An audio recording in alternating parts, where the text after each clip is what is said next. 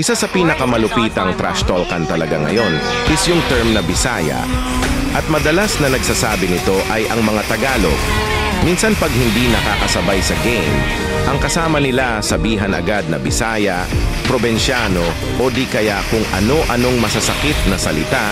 Pinakamalala na sigurong na-encounter ko ay ang pinagta-trash talk bong Kabisayaan. Pinagsabihan ba naman kaming magsasaka, walang profession at mahina daw ang mga Bisaya. Siguro tanggap ko kung ako lang ang pinrash talk nila. Okay lang, kasi sanay na ako pagsabihan ng masasakit na salita, pero ang hindi ko matanggap na dinamay lahat ng mga Bisaya. Tanggap ko na siguro na pagsabihan akong mahina. Pero ang husgahan ng pagiging Pilipino tiyak nakakaiba.